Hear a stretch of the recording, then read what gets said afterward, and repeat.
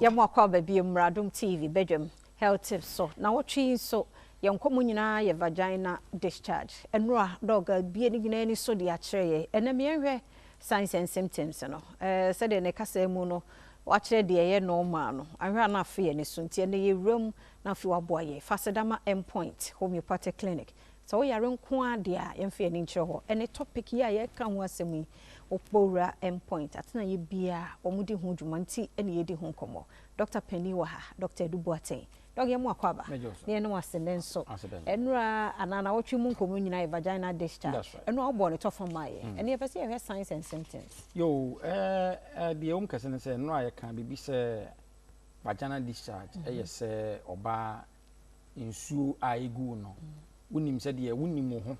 se de nsuo aigu na afi wo se nsuo na aigu no asesa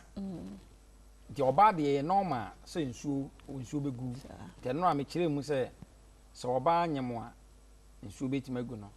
oba otukusua nsuo betimagu no oba wo normal time nsuo betimagu no na nsuo egu oba no de normal ne se nsuo no colorless enka enim nsuo no enkeka nsuo no emma wase enyi kuro nsuo no emma wo no kunu hia wonte yaw okay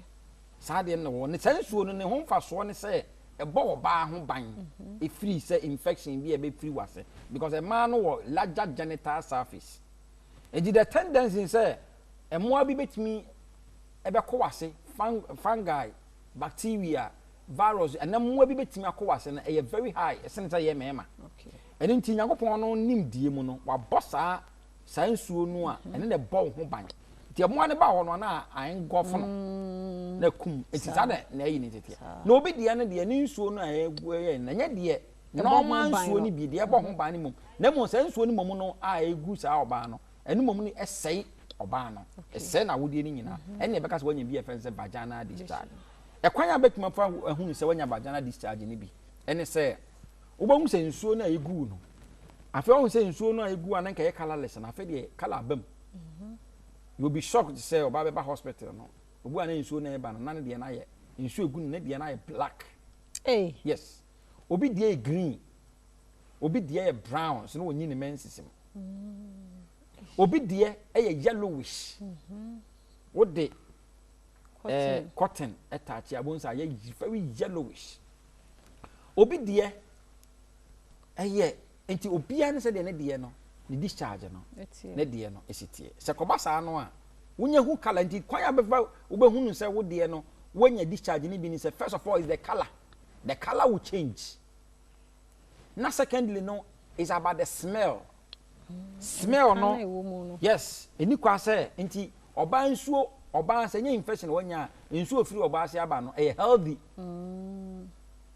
it is say bi namukura na be makura no kofa wa kanya bone na mmom no infection ba ho a obi why expose obi to nti and so different complications no to temi de ba nti bo se scent na wo ho no o de ekoye offensive nti o de obi a why you pant ana say why you pant or pant line na am kan say line na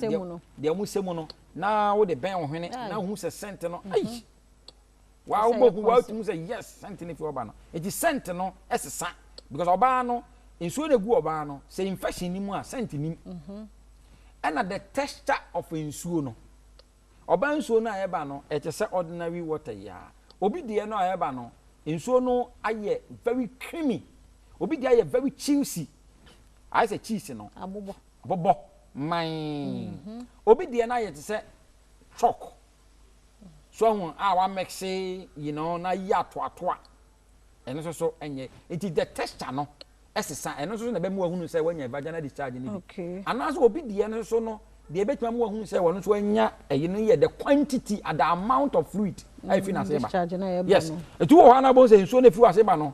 bum bum bum bum a eno so no e ya de a woni pada se ni no o se wo ye de wo dwena endpoint to be part clinic na ye di nkomo yi ya de bi how bia sa ya de we how wo ye oba na wo say infection bia o so obomoden ba endpoint to be part clinic ye hwema ananse chechew honam hyehyew bibi ne nam honam duanim bibi wo wani so biriwu akoma bo wo yam hyew wo oba wo ye bema oni ukunu bema wo na wo yire de bo so na ho asane ahoden kofom yade bi e haw bia de meka ne se for endpoint homeopathic clinic a free consultation oba so onim bedi nkomo a untua sika ansa na onim ahia e na apese ofre me phone so a anytime bia won sa be ka me fa number na wo yade na yen kan ye no eni me ni ho nkomo na e betimi a meka a kire wo number ni 0244